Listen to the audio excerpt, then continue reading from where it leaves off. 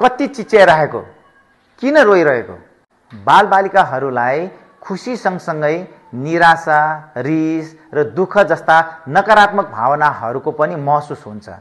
यदि त्यस्ता भावनाहरूलाई दबाएर राख्ने हो भने उनीहरू भावनात्मक रूपमा असहज महसुस गर्न थाल्दछ र आफूलाई कमजोर महसुस गर्न थाल्दछ। बरु उनीहरूलाई यस्ता भावनाहरू सही तरिकाबाट राख्न सिकाउनु पर्दछ, जसले गर्दाखेरि तपाईलाई उनीहरूले आफ्नो भावनाहरू सधैँ राख्ने गरोस्।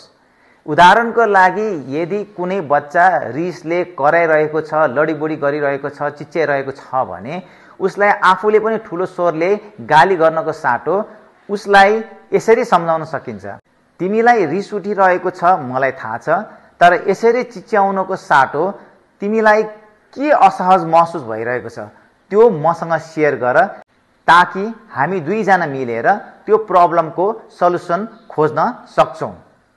यदि यसरी हामीले सम्झाउन सक्यौं भने बालबालिकाहरूको नकारात्मक भावना बुझ्ने क्षमतामा वृद्धि हुँदै जान्छ।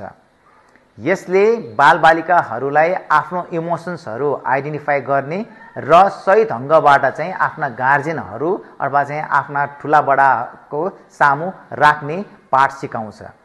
आफ्नो भावनाहरू सही ढङ्गबाट राख्न जान्यो भने बालबालिकाहरूको आत्मविश्वास बढ्दछ, उनीहरू खुसी हुन्छन् र साथसाथै मेन्टली स्टेबल पनि रहन्छन्।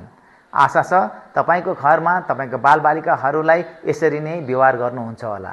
यदि सकारात्मक ढङ्गले गर्नुहुन्छ भने कमेन्ट गर्नुहोला।